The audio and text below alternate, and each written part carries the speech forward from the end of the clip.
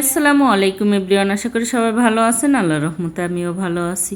আজকে আমি আপনাদের সাথে শেয়ার করব খুবই মজার একটা রেসিপি। এইখানে দেখতে পাচ্ছেন কই মাছ। কই মাছগুলো কিন্তু আমাদের বাড়ির পুকুরে একদম ডিমওয়ালা, প্রতিটা মাছের একদম পেট ভর্তি ডিম। কিন্তু এই মাছগুলো দিয়ে আজকে আপনাদের সাথে একটা খুবই মজার একটা রেসিপি শেয়ার করব। পুরো ভিডিওটি দেখতে থাকুন, আমি কিভাবে কি দিয়ে কি রান্না করলাম এই ভিডিওটি। এখানে আমি মাছগুলো ভালো করে ধুয়ে পরিষ্কার করে নিয়েছি, আর নিয়েছি ডাঁটা, বেগুন আর আলু। এই ডাঁটা আর বেগুন কিন্তু আমাদের বাড়ি থেকে নিয়ে এসেছিলাম, একটা ভিডিওতে দেখিয়েছি আপনাদেরকে। সেই ডাঁটা আর বেগুন দিয়ে আজকে এই কই মাছ দিয়ে একটা খুবই মজার একটা রেসিপি আপনাদেরকে দেখাবো। এখানে আমি লবণ, হলুদের গুঁড়ো আর মরিচের গুঁড়ো দিয়ে মাছটাকে ম্যারিনেট করে নিয়েছি। এখন আমি একটা প্যানে দিয়ে দিব তেল। প্যানটা গরম করে এখন তেল দিয়ে এই মাছগুলোকে কিন্তু আমি লাল লাল করে একদম মচমচা করে ভেজে নিব। কারণ মাছগুলো একটু ভেজে নিলে বেশি ভালো হয়। আপনারা যদি এমনিতে কেউ কাঁচা মাছ খেতে চান তাহলে কষিয়েও রান্না করতে পারেন, যে কোনো মাছ দিয়েই রান্না করা যাবে। তবে আমি ভাবলাম যে আজকে এই কই মাছ, মাগুর মাছ আর টাকি মাছ মিশানো এই মাছগুলোকে আমি মচমচা করে ভেজে নিয়েছি। দেখুন, আমি এই ভাজা মাছ দিয়েই এই রেসিপিটি করব। মাছগুলো আমার ভাজা শেষ, আমি উঠিয়ে নিয়েছি। এখন আমি ওই তেলেই দিয়ে দিচ্ছি জিরা ফোড়ন। এই রান্নাতে জিরা ফোড়নটা দিলে বেশি ভালো হয়, আর প্রতিটা ঝোলে যখন এই জিরা ফোড়নের ফ্লেভারটা পাওয়া যায় খেতে কিন্তু খুবই মজার হয়।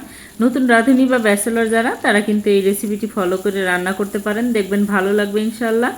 এই সবজি দিয়ে এই সময়ে কিন্তু কই মাছ খুবই পাওয়া যায়, অবশ্যই এই রেসিপিটি করে খাবেন। আমি ওই তেলেই পেঁয়াজ কিন্তু লাল লাল করে ভেজে নিয়ে সবজিগুলো দিয়ে দিয়েছি লবণ, হলুদের গুঁড়ো, ধনিয়ার গুঁড়ো আর দিয়ে দিচ্ছি অল্প পরিমাণে মরিচের গুঁড়ো। যেহেতু আমি পরবর্তীতে কাঁচামরিচ ব্যবহার করব, তাই মরিচের গুঁড়োটা অল্প দিয়েছি। আর দিয়েছি রসুন বাটা আর অল্প পরিমাণ জিরা বাটা দিয়ে এবার ভালো করে কষিয়ে নিব। এই রান্নাটা কিন্তু কষানোর উপরে ডিপেন্ড করে টেস্টের। এই রান্নাটা এইভাবে কিন্তু কষিয়ে কষিয়ে ঢাকনা দিয়ে একদম সবজিটা যখন ভালোভাবে সিদ্ধ হয়ে যাবে তখনই কিন্তু ঝোল দেওয়ার চেষ্টা করবেন, আগেই দেওয়া যাবে না।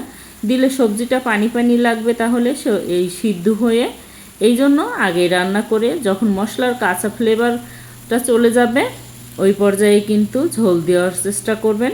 আমি দেখুন আবারও ঢাকনা দিয়ে ভালোভাবে নেড়ে চেড়ে একদম সিদ্ধ করে নিয়েছি। আর এখন কিন্তু তেল ছেড়ে দিয়েছে, তার মানে আমার কষানো পুরোপুরি ডান। আর দিয়ে দিচ্ছি ঝোল। এবার ঝোলের জন্য আমি পরিমাণ মতো পানি দিয়েছি।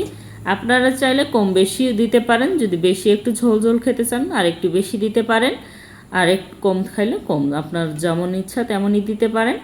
আমি ঢাকনা দিয়ে আরও কিছুক্ষণ রান্না করে নিয়েছি, আর একটু নাড়াচাড়া দিয়ে এবার আমি সেই ভেজে রাখা মাছগুলো দিয়ে দিচ্ছি।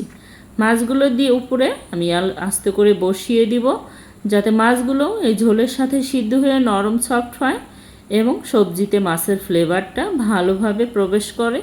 এই জন্য ঝোলটা ফুটে উঠলেই দেওয়ার চেষ্টা করবেন, কারণ এই রান্নাতে ঝোল ফুটার সাথে সাথে সবজিও সিদ্ধ হবে এবং মাছটাও নরম হয়ে আসবে। আরও কিছুক্ষণ ঢাকনা দিয়ে রান্না করে নিয়েছি, ঝোলটাও কমে আসছে। এই পর্যায়ে আমি কয়েকটা কাঁচামরিচ উপর থেকে দিয়ে দিলাম, কাঁচামরিচটার ফ্লেভারের জন্য, যাতে এর মরিচের বিচিটা পুরো তরকারিতে না ছড়িয়ে যায়, শুধু ফ্লেভারটাই তরকারিতে যায়।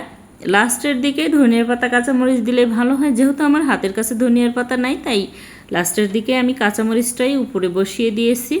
আর কিছুক্ষণ ঢাকনা দিয়ে একদম সিদ্ধ করে নিয়েছি। এবার কিন্তু আমার রান্না ডান, চুলাটা অফ করে দিব। কে কোথা থেকে আমার এই ভিডিওটি দেখছেন অবশ্যই কমেন্টে জানাবেন। ভিডিওটি ভালো লাগলে লাইক শেয়ার দিয়ে আমার পাশে থাকবেন। ধন্যবাদ সবাইকে, থ্যাঙ্কস ফর ওয়াচিং। আল্লাহ হাফেজ।